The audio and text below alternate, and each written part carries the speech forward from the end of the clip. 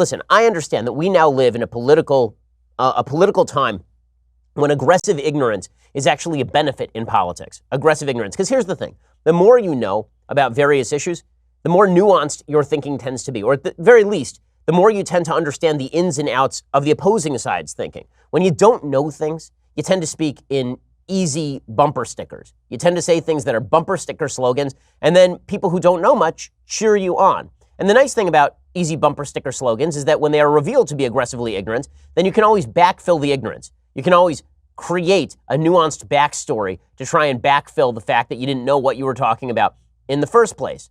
When you add on to this the benefit of being an intersectional leftist, the soft bigotry of low expectations that attends being a minority or a woman or ranking high on the intersectional scale, people are willing to let you off the hook. People are willing to attribute aggressive ignorance to different viewpoint. That makes it pretty easy to be a popular politician like an AOC. She's getting the benefit of the doubt every which way, and she simply does not deserve it because she continues to make mistakes, and not just make mistakes, say things that are aggressively bad, aggressively morally bad. So let's start today with her take on the Afghanistan war. So she has decided that she is going to defend, obviously, Ilhan Omar. So you'll recall that Ilhan Omar is an anti-Semite, that she has repeatedly said anti-Semitic things over and over and over again. She has apologized no less than 3 times in the last 6 weeks for anti-Semitic remarks because she is, in fact, saying things that reflect her underlying worldview, which is that the Jews are a nefarious force in the world and particularly in United States politics with regard to support for Israel. Well, AOC, who is one of the fresh faces, incredibly fresh as well as face, of the new Democratic Congress, along with Ilhan Omar. Remember, they both appear on the cover of this month's Rolling Stone with Nancy Pelosi. She has decided to come out and defend Ilhan Omar against her fellow Democrats, by the way. So, for example, Representative Juan Vargas, he said it is disturbing that Representative Omar continues to perpetuate hurtful anti-Semitic stereotypes that misrepresent our Jewish community. And the response from AOC was, I'm curious if Representative Vargas will further explain his stance here that it's unacceptable to even question U.S. foreign policy. Now that, right off the bat, is a lie. He is not saying that you can't question America's foreign policy. What he says is that questioning support for the U.S.-Israel relationship on the basis of conspiracy theories about Jews is unacceptable. That's what he is talking about. But AOC is going to deliberately mischaracterize Vargas' statements so she can defend Ilhan Omar. Now, let's be real about this. Ilhan Omar is an anti-Semite. Rashida Tlaib, the congresswoman from Michigan, is an anti-Semite. And AOC is perfectly comfortable with anti-Semitism. I don't mean a little comfortable. I mean obviously and perfectly comfortable with it. No less than 2 weeks ago, she tweeted out her joy at speaking with open anti-Semite Jeremy Corbyn, who's the head of the British Labour Party. So she is fine with anti-Semitism. She hangs out with anti-Semites on a regular basis and defends them on a regular basis. Meanwhile, you see folks on the political left, particularly Jewish folks on the political left, who some of whom happen to be pro-Israel, wringing their hands and clutching their pearls and, oh, isn't it sad? Isn't it terrible that AOC just doesn't know things? This is where aggressive ignorance really helps you. Because, again, this isn't a matter of aggressive ignorance. She knows what she's saying. She just doesn't care very much. Anyway, AOC continues. She says, plenty of Democratic members have asserted that discussion and debate on this issue is fair and merited. Is this stance a departure from that? No, it isn't. You're just deliberately mischaracterizing Vargas's statements so that you can pretend this is about free speech when it really is about embrace of anti-Semitism. And then she continues, and here's where she veers from the defense of anti-Semites into ridiculously ignorant territory for which she will be excused by the media. She says, I remember a time when it was unacceptable to question the Iraq War. All of Congress was wrong, including both GOP and Dem Party, and led my generation into a disastrous and wrong war that virtually all would come to regret, except for the one member who stood up, Barbara Lee. Well, Barbara Lee was basically a communist who actually stood against the authorization for use of military force in Afghanistan, not Iraq. When corrected on her aggressive ignorance, AOC then said, or now, even with the disastrous choice like Elliot Abrams at the helm, a man guilty of crimes related to Iran-Contra, including misleading Congress, it still seems like critiquing U.S. interventionism is taboo.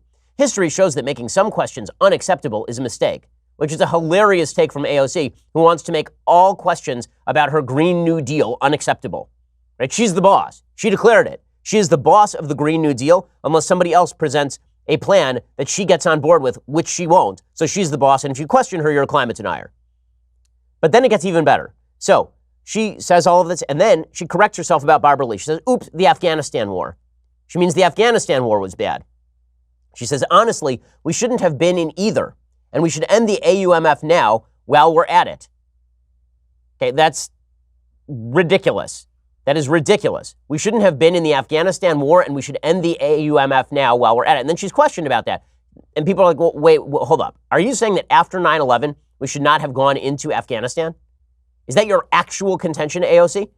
And she's like, yeah, maybe. Sure, why not? I mean, it's pretty astonishing.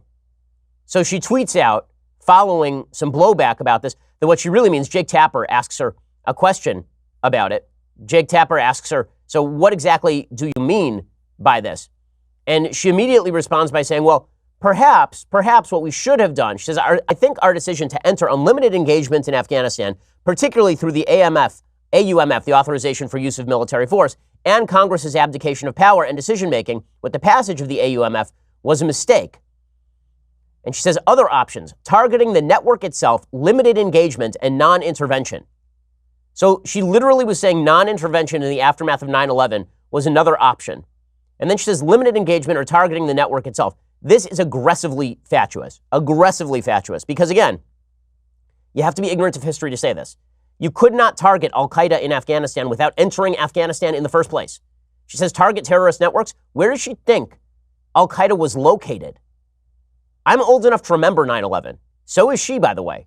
And I'm old enough to remember when President Bush asked the Taliban to turn over Osama bin Laden and the al-Qaeda network, and Mullah Omar refused, which led directly to the use of force in Afghanistan. Secondly, she criticizes the AUMF. She obviously has not read the AUMF. It gave the president the power to target terrorists specifically. It does not say a word about invading Afghanistan, and it reserves the powers of Congress under the War Powers Act. It was not an unlimited AUMF. Now, Congress may have later abdicated its responsibility, but the AUMF itself was actually limited. And not only that, you're going to say in the aftermath of the most devastating terror attack in the history of the United States that you would not have authorized the president to take action against terrorists? How does she think that the president actually targeted terror finance networks? It was under the AUMF. The AUMF was the legal authority for that. So again, this is just her being aggressively stupid, her saying aggressively incorrect things. But that's no shock, because this is what she does. And she's not just aggressively incorrect and aggressively wrong about Afghanistan, obviously. She's also aggressively defending anti-Semitism, as I mentioned. So she is now engaging in obvious whataboutism. So whataboutism is this term that has come about in the aftermath of President Trump, really, which suggests that when someone says something bad about Trump, people say, yeah, well, what about Hillary? And it's dumb. It's dumb, because when Trump does something bad, it's bad. And when Hillary does something bad, it's bad. Now, what you can do is say that that's not whataboutism. So if, for example, you say it's bad when Trump does it, and also it was bad when Hillary Clinton did it, that's not whataboutism. That is pointing out consistent standards.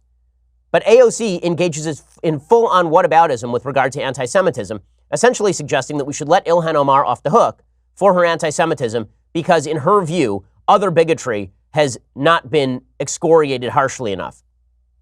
And even in the process of making this defense, she's aggressively ignorant. So she tweets out, one of the things that is hurtful about the extent to which reprimand is sought of Ilhan is that no one seeks this level of reprimand when members make statements about Latinx and other communities. During the shutdown, a GOP member yelled, "Go back to Puerto Rico," on the floor. She's not even right about this. During the shutdown, Republicans yelled at Democrats, "Go back to Puerto Rico," not because the Democrats were Puerto Rican, but because Democrats were vacationing in Puerto Rico during the government shutdown. So she is just wrong about this. And I'm old enough to remember when the House, including Republicans, voted to censure Steve King on the floor of the House, and they stripped him of his House assignments. And yet here she is saying that Ilhan Omar should undergo nothing. That is classic whataboutism. She says, it's not my position to tell people how to feel or that their hurt is invalid, which is, of course, exactly what she is doing. But incidents like these do beg the question. Where are the resolutions against homophobic statements, for anti-blackness, for xenophobia, for a member saying he'll send Obama home to Kenya? And I assume she's talking about Mark Meadows now, who said at a rally back in 2012 something about this, which nobody even remembered or knew anything about until now, basically. But Steve King is the best available comp, and she just ignores the fact that Steve King was just stripped of all of his committee assignments.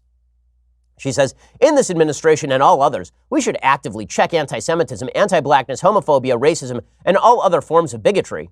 And the most productive end goal when we see it is to educate and heal. It's the difference between calling in and calling out. This is where we get into her minority studies classes at Boston University, where she starts lecturing people like a psychologist, like she knows anything about what she's talking about. Calling out is one of the measures of last resort, not first or second resort. We do it when repeated attempts to call in are disrespected or ignored. And I believe that Ilhan, in her statement a few weeks ago, has demonstrated a willingness to work and listen with impacted communities, which is absolute sheer horse nonsense. She has legitimately dropped 3 anti-Semitic slurs in the course of 6 weeks. And here is AOC saying, well, we just need to educate Ilhan. That's really what it's about. Lady, you need some education. You're the one who's hanging out with Jeremy Corbyn and defending open anti-Semitism. Even Batya Ungar-Sargon, who's the editor of the far-left newspaper The Forward, she says, how exactly is it hurtful when the right thing is done for Jews just because it wasn't done elsewhere? Shouldn't that mean we work harder to condemn other forms of hurtful speech, not that we refrain when it's Jews? It's not a zero-sum game. It's so disappointing to see it cast as such. And then AOC says it's not zero-sum, and we have a serious responsibility to listen to communities when they feel pain. Where I struggle is how we deal with that pain, the how after the what. I also fear brooding resentment because people of color are always promised that people will work harder without commitment. What in the world is she talking about? So she immediately swivels back into, I'm going to ignore the anti-Semitism because maybe it will upset people of color. What is she even talking about?